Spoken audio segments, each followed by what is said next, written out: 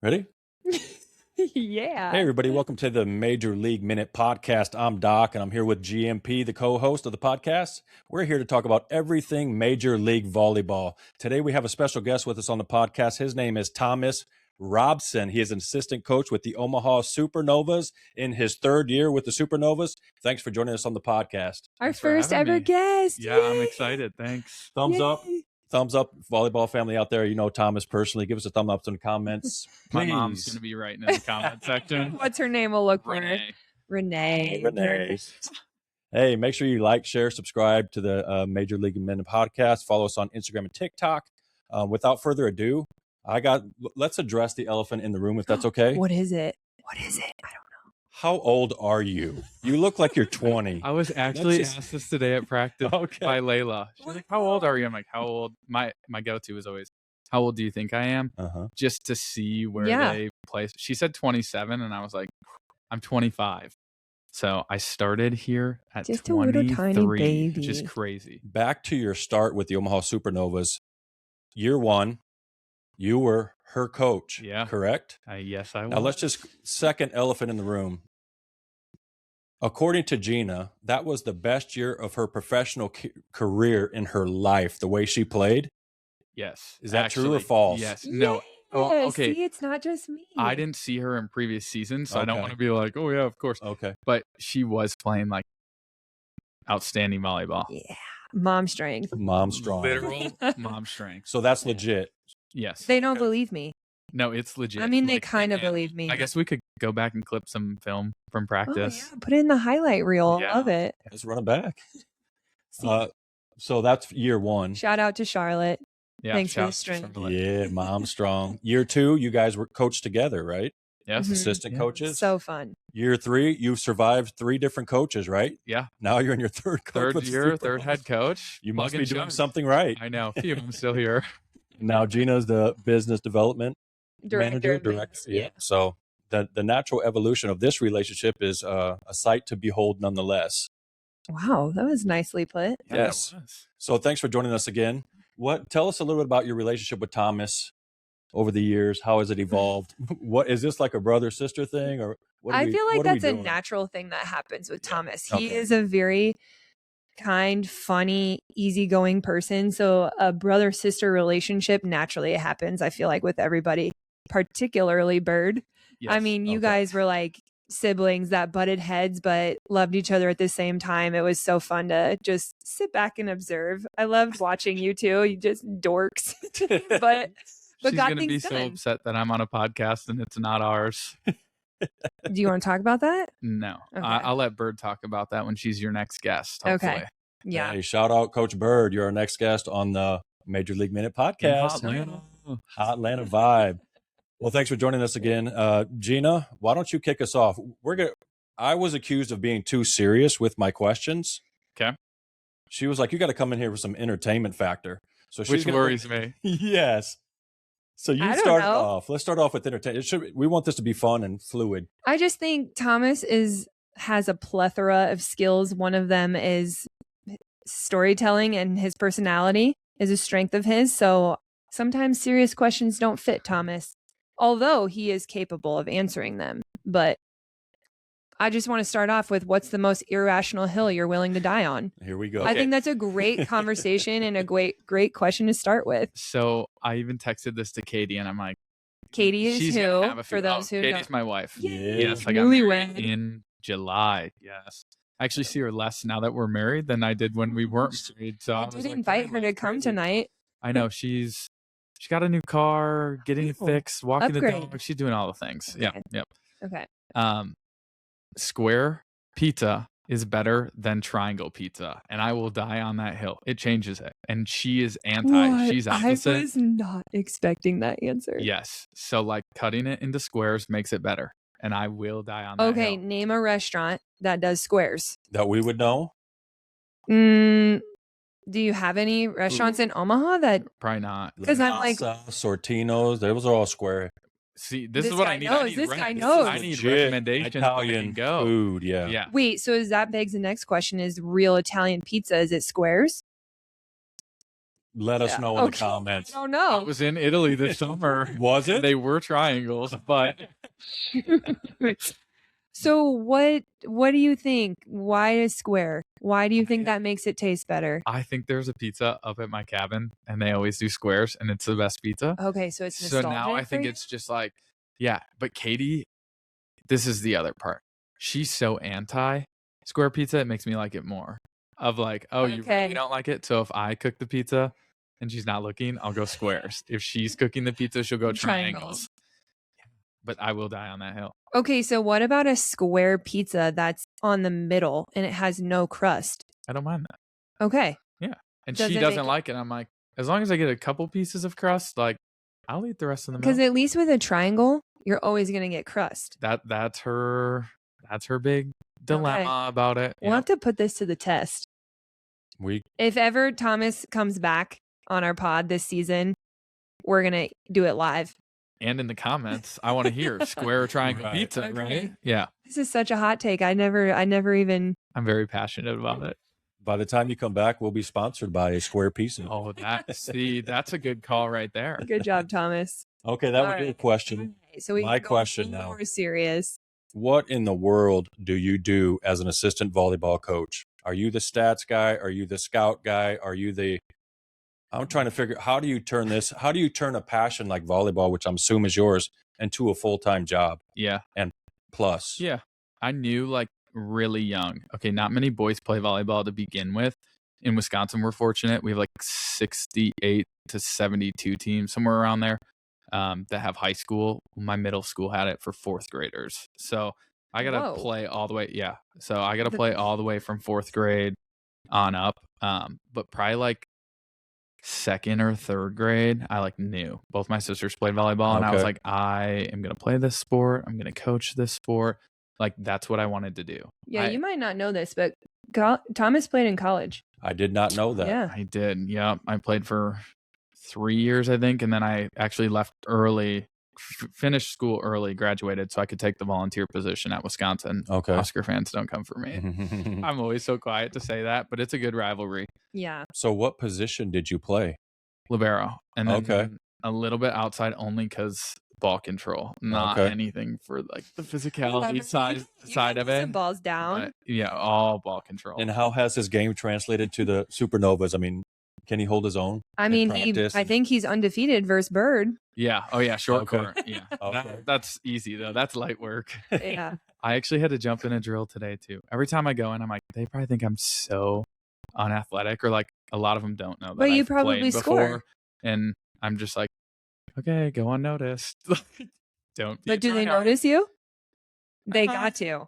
Sure, maybe we'll go with it. Okay. Of course they notice. Give yourself credit. I mean, knowing that in the second or third grade, like you said, that has catapulted you. Now you're how old are you again? 25. I mean, that's hard to wrap your mind around how you can get at this level of coaching at 25 years old. How had knowing what you wanted to do, I don't know, at least for the next season of your life, maybe for the rest of your life, how has that catapulted you and got you to where you are right now? Yeah.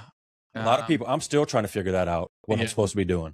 Yeah. I think turning a passion into a career, like if you're fortunate enough, like I am, to do that, it's like understanding the importance of that, and that not a lot of people get to be in that position. And so like that kind of carries you through some of the harder days, or, you know, being young in my career, some people are really good about giving me some respect, like within the coaching, but some people look at your age, which is why when players ask, I always say, how old do you think I am? Just because I think age sometimes doesn't earn you as much respect. I think you haven't been around as long. You don't know necessarily what you're doing. You're still new to it. And that's kind of, I almost didn't take this job actually. What do you mean this? Okay. I was going to say this job as in this year or this Omaha inaugural season. Because that's a quantum leap from college to, I don't know what you were doing at Wisconsin. Yeah, I was a volunteer. Now he's a paid at professional level. And you made that quantum leap? So I was actually, Danielle Hart was on our team, and she was the one that her and I were just texting back and forth, and I jokingly was like, if there's ever a position, let me know. And she's like, oh, actually, there's a tech job. And I was like, I don't know. I cleaned a lot of stats and data, but I was like, I don't think I could do it on my own. And she was like, get on a call. Like, you have to do it. My now wife, Katie, was like, if you don't get on a call, you're going to regret this forever. And so I was like, okay, I'll get on one call. I did it. And I was like, okay, I can fake this till I make it. Like, you're telling me in year one, hey, your coach is telling you that you didn't have like extensive stat background. Like, I had a year at Wisconsin of like coding, but to me, like a year of Big Ten coding is like, you're in the thick of it, like 24/7 doing it. But no, like I don't. Wow, you faked it well. Yeah. And I was like, okay. And he was asking me the difference between Volleymetrics, Volley Station, which is different softwares we use for the pro game and the college game. And I was like, okay, he doesn't necessarily understand the difference. Like, I've at least got a leg up here. And I was like, I'm just going to live code as many matches as I can in this next little window before we get there. And I'll be good to go when we get there. And then got here, we had a little change in leadership, and then Bert and I naturally just clicked like from the get-go. And so then it was just kind of into this assistant role. Jazz was promoted to assistant, so they were like, we're just not going to give you a title. And I'm like, I don't really, again, 23, I don't really care about a title. And I'm like, it's fine. And then after the season, I met with our president and front office and was just like, I'd love to be here, but I need a 12-month job. Like, I can't do only in the season, kind of like the players do. And that kind of, I had to show areas that I could help them generate, revenue or make it so that I'm, I don't know what a good term is. Make it so that investable, make it investable. In the grand scheme of things, it's a business. Yeah. So calling season ticket holders, sponsorship stuff, partnership stuff, just like littler things for the girls and the team. And then our actual partnership people can focus on getting, they call them the big whales, right? Like getting the bigger fish out there. And then doing like camps and things like that. So I just want to applaud you really quick, because at 25 years old, I mean, this is a great example of you put in the work to reap the benefits later. And I feel like your generation maybe doesn't see it like that all the time. Yes. And so you know, in year one, you just said you didn't care about a title. I feel like that's not common very much in your generation. Like, they want the title, they want the image, they want the recognition. Correct. And you were like, nope, I'm just going to put my helmet on, do the hard thing, and I'm going to work as hard as I can to show my value.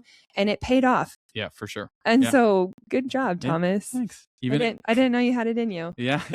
Just kidding. Even in college, former coach of mine, he was a volunteer at Wisconsin. And I asked him, like, what do I need to do to track this position? And so it ended up, the position was opening a semester before I was finishing college. And I was like, okay, if I can finish college in 3.5 instead of 4, I'm going to be available in the spring season. Nice. I have a leg up on anybody else. Absolutely. In the competition. And so like things like that were 19 credit semesters. And oh yeah, it was wild. But I was like, did you actually go to class? Yeah. Okay. Oh, yeah. Good job. I actually was a better student in college than high school, believe it or not. Wow. I know. All through the COVID. It's like you're like fine wine, just getting better each was year just like, get older. I was done with school and I was like, I just want to get to coaching. Like, I just want to move on to this part. And so I even asked my mom, I'm like, do you think I have to go to college to get into coaching? She's like, yes, you need a degree. I'm like, sport management. Got it. Thanks. Perfect. Yeah. Thanks, Renee. Yeah. Renee. Thanks. Yep. Renee. Nice. Good for you. Can I piggyback before you ask your question? Sure. What is the major difference coaching in college versus coaching in pro? Yeah, I think it's the way you communicate with the athletes. Like, you'd say that's the number one thing. I think that's the biggest thing. I mean, the speed of the game, like, yes, some of that's different a little bit, but I really think they're not kids or they're not fresh out of high school and you're guiding them on first time living alone and this and this. No, most of the players are older than me, right? And so finding ways to build trust and get them to understand that I do know what I'm talking about. But that's not just for me. That's as a coaching staff as a whole. You got to get the buy-in right away. And if you don't have the buy-in, you're going to get kind of eaten alive because players have all this experience from overseas and, some have been playing for a decade and some, this is their second year playing pro or they're a rookie out of college. And so getting them to kind of understand that change and what we're doing and what our common goal is like really important. And to me, that's a bigger difference than, just the ball's faster or the game's a little bit faster in these areas. Right. Totally derailing this topic. You're a marathon runner. One time. You've ran. I mean, listen, that is enough. This is twofold. Do you think motivational videos, themes, sayings, do you think they work? And do you actually think of something like that in a moment you need it most? No.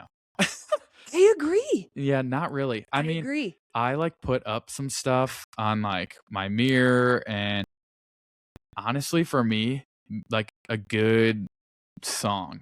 Like I could listen to a song and it brings a certain memory or certain feeling. Yeah. And like that will continue. So are you thinking during that? Or are you just like your brain is shut off and you're just running? I'm always thinking. Like even at night. Like literally last night I woke up at 2 a.m. and was exhausted. And I was like, I went to bed at 10:30. What is happening? You don't even have any kids yet, bro. And I have a well-behaved dog. Like I have nothing to be stressed about right now. That's hilarious. My second part of that is I like legitimately can't imagine running for how long did it take you? 4 hours plus? 5 hours. I would have to either pee the other one or at least pass gas. Did you do any of those? No. In 5 hours, you didn't do any of that? No. That's where my ADHD just carries me. Like being in New York. So I ran the New York City Marathon. Okay. To New York from your honeymoon, right? Yeah. And we had like the worst travel day I've ever had. Oh, this is recent then. No, it was like July, August. Okay. End of October, first week of November. You were delayed on your honeymoon? You went later? Yeah, we went later in our honeymoon. And then we flew home,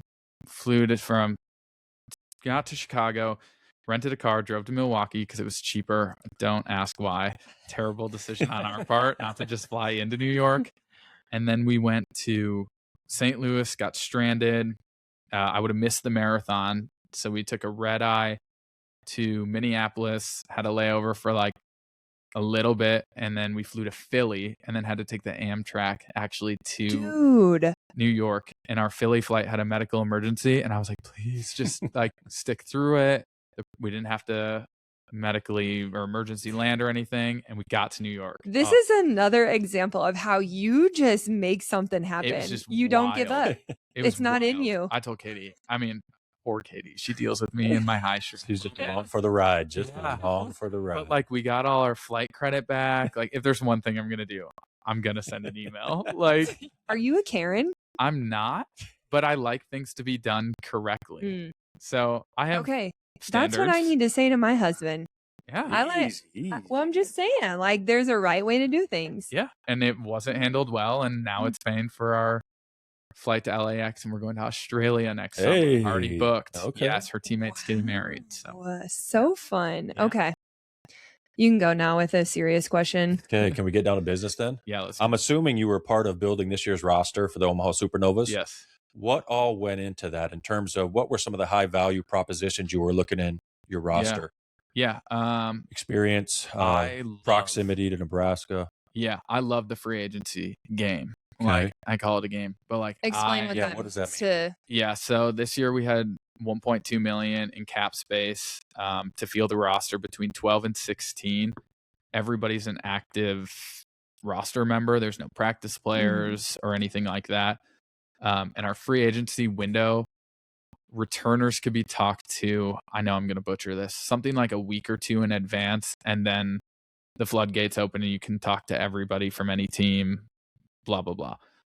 That is like my specialty, I would say. Like if there's one thing I know that I do really well, it's handling high pressure stress. It's like cap space and free agency, and like I'm a salesperson at heart. So helping to give people a reason why to come play for us is like easy for me. Like it comes naturally, which is a benefit. When did you figure that out, that was your gift? I've known like from second third grade. Like in college, everybody's like, you got to go into sales. You got to go. And I'm like, no, like coaching is sales. You're just instead of selling a product, you're selling yourself. Like, this is who I am. This is why you should come play for my program. Buy-in, yeah. And so I kind of had an idea, one, talent, but two, just like the culture that we were fortunate enough to set kind of in year one and then grow on in year two. And so as soon as, I kind of had one area of where I was headed with the team from like my point of view that I was bringing up to the front office. And then when we got our new coach, Luca, I was like, okay, some people fit in that. Some people don't fit in that. Like, the training is going to be intense, and some people are more gamers, and some people maybe don't love to practice as much. They probably won't make it in this type of culture or gym. Some people don't much. like to practice as much. Uh-oh, Gina, would you not make it in our practice gym? Keep going. That's saying yes. No, so then it was just, here's who I have picked out. Let's go over pros and cons. Well, I would say by the time everything was named and like I actually got to like meet Luca and like really go over stuff, because he was still coaching and is still coaching at the national level. Okay. So his off season is jam packed. And then by the time John was announced and Luca, and we could fit time within our schedule, I'd say we had like 48 hours ish, maybe a little bit longer, before we were active free agency going on. And so it was like each night we were pulling they were pulling every single player from the database. Tell me about her. And I literally just had to rattle off everything I knew about them, what team, where they played, things like that, just to give them an idea, because this is, John's coming from the college game, right, and Luca's coming from the men's game now. And so some of these players he may not have necessarily known about from the time he ended the quad with the women's national team to when he jumped over to the men's side. So yeah, that is like crazy. I don't know if I did a good job of answering that, but like, Thomas, it kind of sounds everything we're hearing is that he's like a natural MVP. I mean, Thomas is the MVP of all things. An invaluable human resource. Yeah. I love it. That's good. That's something actually Bird taught me when I first got here, even as like doing the tech side of things. She was like, make sure you don't become disposable. Yes. This is how she used it. And she's like, if you aren't disposable, like, you're always going to find a job. You're always going to find a position, and you always have a leg up. Sorry. No. How do you make yourself indisposable? Yeah.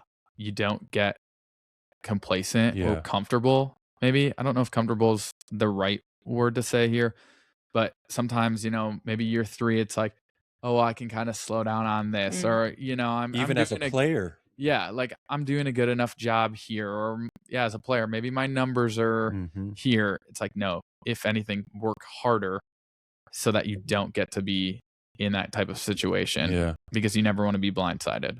So speaking of labels, if your life had a warning label, what would it say? Okay, so for me, I'll give you time to think. Yeah. Mine would say, picks nose often. Schnoz gang. Captain of the Schnoz gang. I am so bad. Like, I don't use Kleenexes. I'll just straight up use my finger. I'll wash them eventually. But it's so bad to where my 18-month-old daughter, she will now pick her nose because she'll see her mom and dad do it. I was in like a work setting where I was like workaholic. I have like low-key some anger management probably, where I just like pent up my aggression, and then all of a sudden I'll just be so you're like a volcano. Yeah, a volcano. That's active volcano. Yeah, can erupt at any time. Yes, literally, big caution right there. Can erupt. Okay. Yes. That's really like odd for me to hear, because I've only ever seen you as this like bubbly, fun, like easygoing. It's not often, but when it happens, it happens. I remember a time now, speaking of volcanoes and this, Bird was telling me you don't erupt like a normal person would. Like, you go quiet, and I think, didn't she? You're like, you blink a lot or something. Probably. It's like the complete opposite of what you would think. Sometimes it's just not worth the breath. Or like Bird and I fought like every day. Like, cats and dogs. Oh, there's one moment that I like, it was over a player, and in our college draft, and I wanted one player, she wanted a different player, and she couldn't get past me wanting this player, and I was like, "You're dumb. It's not close in my book." And it was this whole argument, 6 a.m. in the weight room, and we're screaming. I come upstairs. I could literally see steam coming out of my ears. Katie's like, "Are you okay? Do you need space?" And I'm like, "Oh, she will never understand this. She's so dumb. I'm so frustrated." And like, Becca was in the weight room. There's other people in the weight room, and we just didn't care. That was one of those volcano times. Yeah. I wish I could have been a fly on the wall that day. It was wild. By the way, they worked out at like 4:30 a.m., 5 a.m. all the time. I was a crowd that always ditched. No. Whose idea was that? Almost always. Becca, and they love doing it.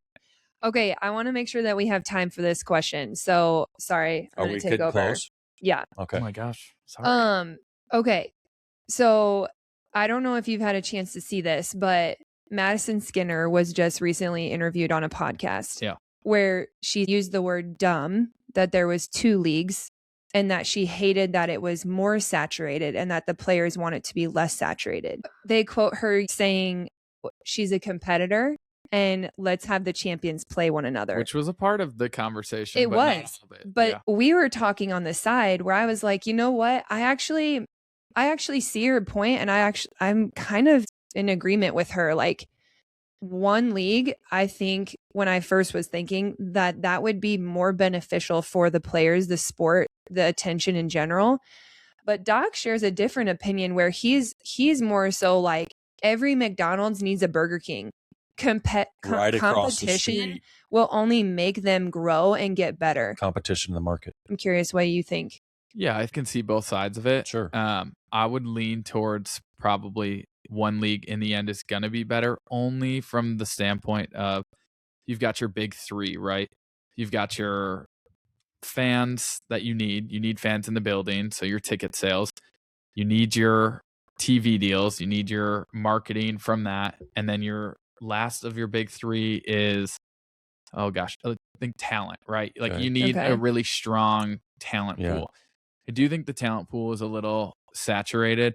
I don't necessarily think giving more women opportunities, though, in the U.S. is a bad thing right now, right? Yeah. It's double the jobs. Yeah. Whereas is it double the jobs, or if it was one league, now we just have 20 teams versus not 12. As quickly, I think. Yeah, like it's true. I think going about it this way is probably better. And then if there would be a merger, then you're at like a 20 team pool, right? Okay. Which is a little bit better. I do think the area it hurts the most is probably TV.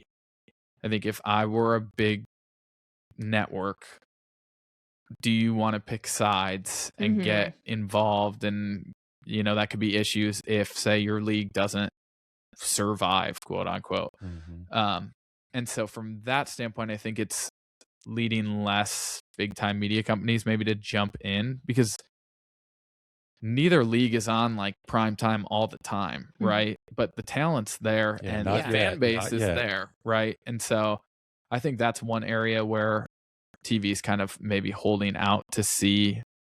I can't say which. There's pros and cons to both leagues. Right. Like I think everybody from a volleyball standpoint understands that, and to her point, I think she had some good points there. I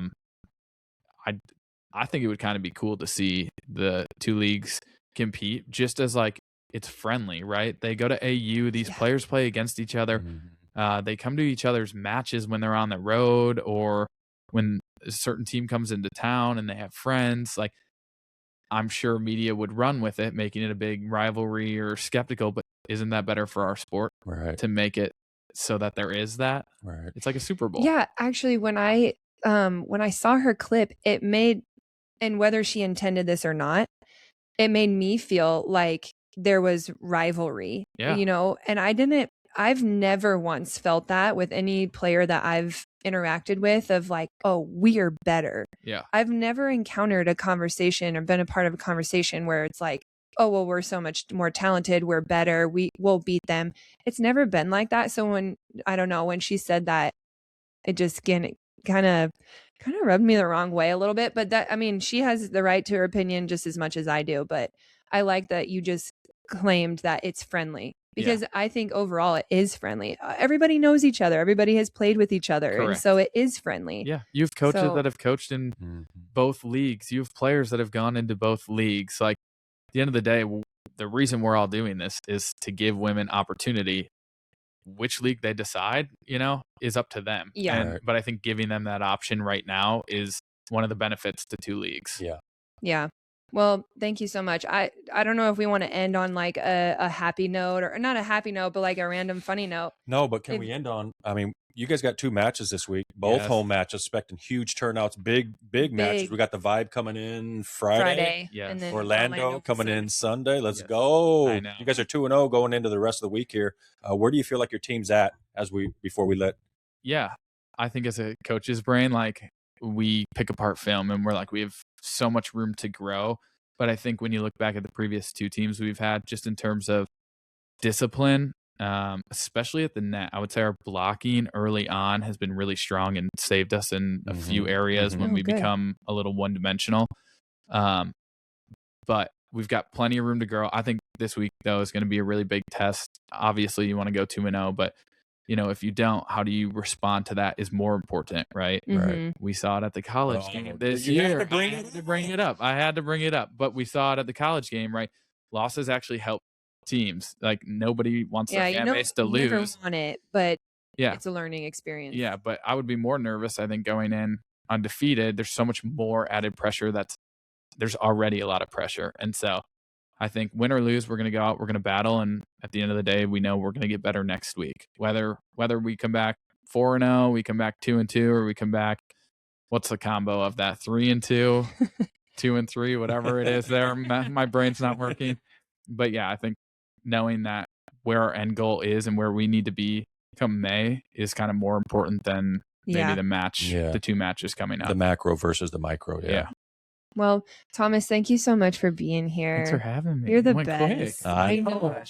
Conversation. She's got 10 more questions on hers. I got 10 on mine. We're going to have to run this back. Can we run it back sometime? Yeah. You guys tell me when and I'm here. Like, okay. Well, you might be a permanent fixture there. Gosh. We'll see how it ends. We'll put a nameplate on that chair. But thanks again. I really appreciate you being here. Yeah, Thomas, you're the best. And thanks for joining us on the Major League Minute podcast. Make sure you like, share, and subscribe. We'll see you next week. Have a great night.